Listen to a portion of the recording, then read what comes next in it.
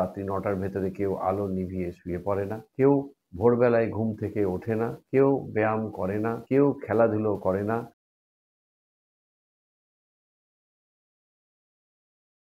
রাত্রি ২:৩০ পর্যন্ত সবাই জেগে জেগে হোয়াটসঅ্যাপ, ফেসবুক করছে।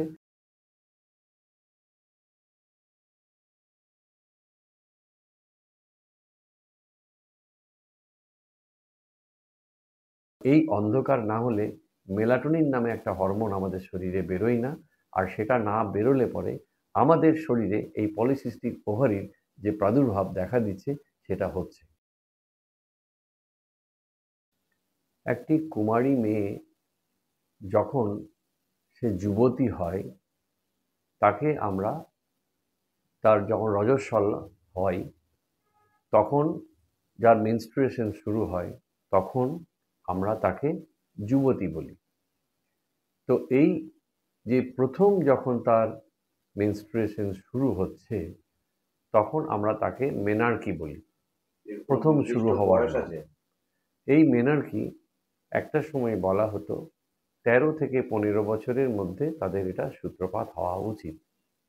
১৫ বছর বয়স পর্যন্ত যদি এই মেনস্ট্রুয়েশন শুরু না হয়, তখন আমরা ডাক্তারবাবুদের কাছে গিয়ে কেন হচ্ছে না তার কারণ নির্ধারণ করার জন্য বলি।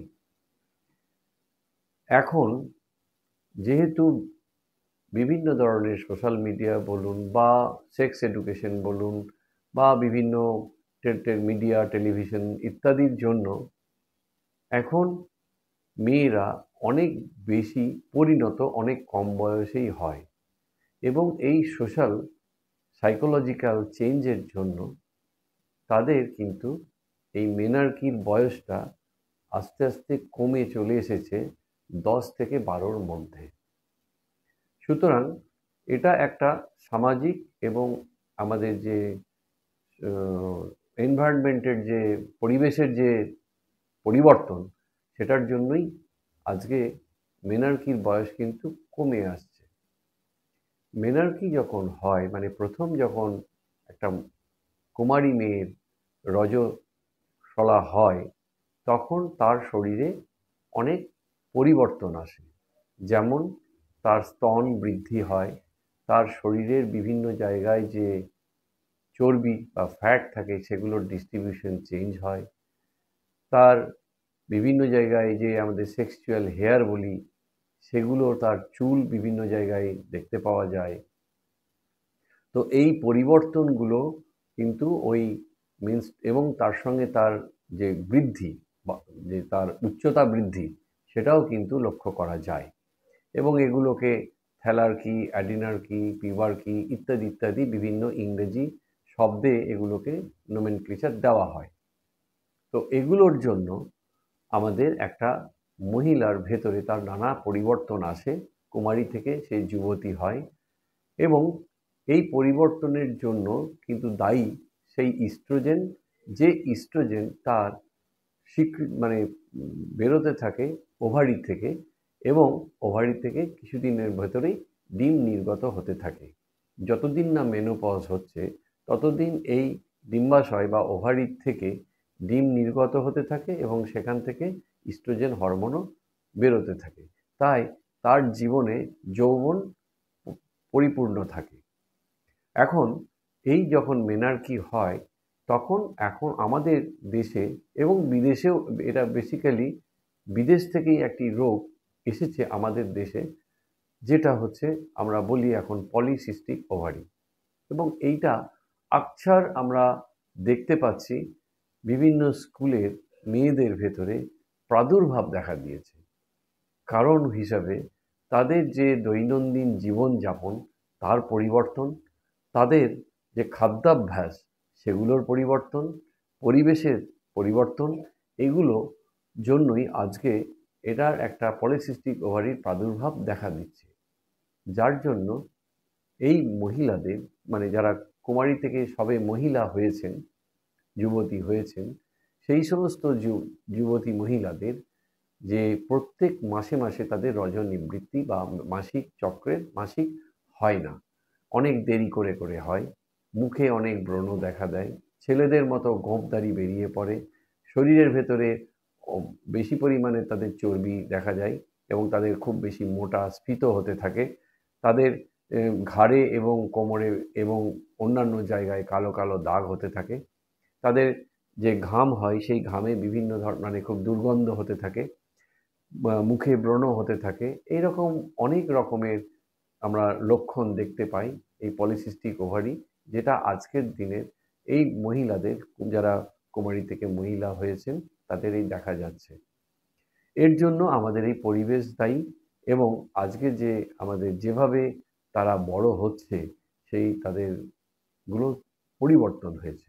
তারা কেউ রাত্রি সকাল সকাল মানে ধরুন রাত্রি ৯টার ভেতরে কেউ আলো নিভিয়ে শুয়ে পড়ে না, কেউ ভোরবেলায় ঘুম থেকে ওঠে না, কেউ ব্যায়াম করে না, কেউ খেলাধুলো করে না এবং প্রত্যেকেই তারা বিভিন্ন সময়ে সোশ্যাল মিডিয়ায় নিজেদেরকে নিয়োজিত রাখছে।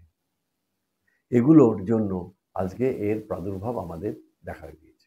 আর যাদের এই সমস্যা দেখা যায় দেরিতে শুরু হচ্ছে বা হচ্ছে না, তারা ডাক্তারবাবুদের কাছে আসে, যে সিমটম গুলো দেখা দিচ্ছে, ব্রণ হচ্ছে, কি গোবরাই বেরিয়ে যাচ্ছে, গায়ে গন্ধ হচ্ছে, তো এর চিকিৎসাটা কি অ্যাকচুয়ালি, কিভাবে তাকে আবার চালু করা হয়?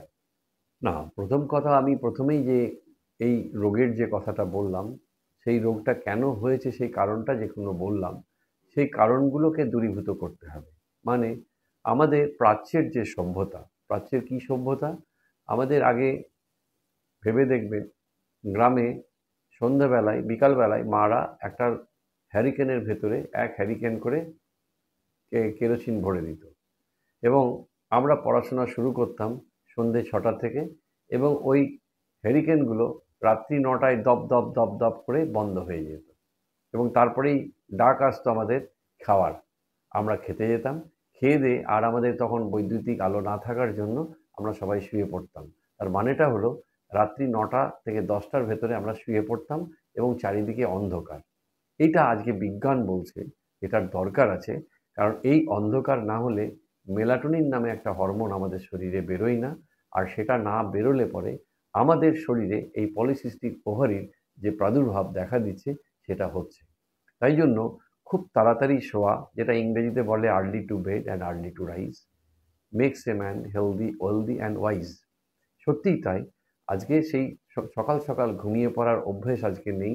রাত্রি ২:৩০ পর্যন্ত সবাই জেগে জেগে হোয়াটসঅ্যাপ ফেসবুক করছে এবং কেউ সকাল ৬টায় ওঠে না। আগে কি হতো, ভোরবেলায় যখন আমাদের পাখিদের কলরব শুরু হতো তখন আমাদের ঠাকুমারা, মারা, তারা নিজেদের কাজ শুরু করতো, সঙ্গে সঙ্গে আমাদের বিছানা তুলে দিত, আমাদের কোনো উপায় থাকতো না। আমাদের উঠে দাঁত মুখ ধুয়ে হয় পড়তে বসতাম অথবা কেউ কেউ খেলতে যেতাম, কেউ কেউ দৌড়াতে যেতাম।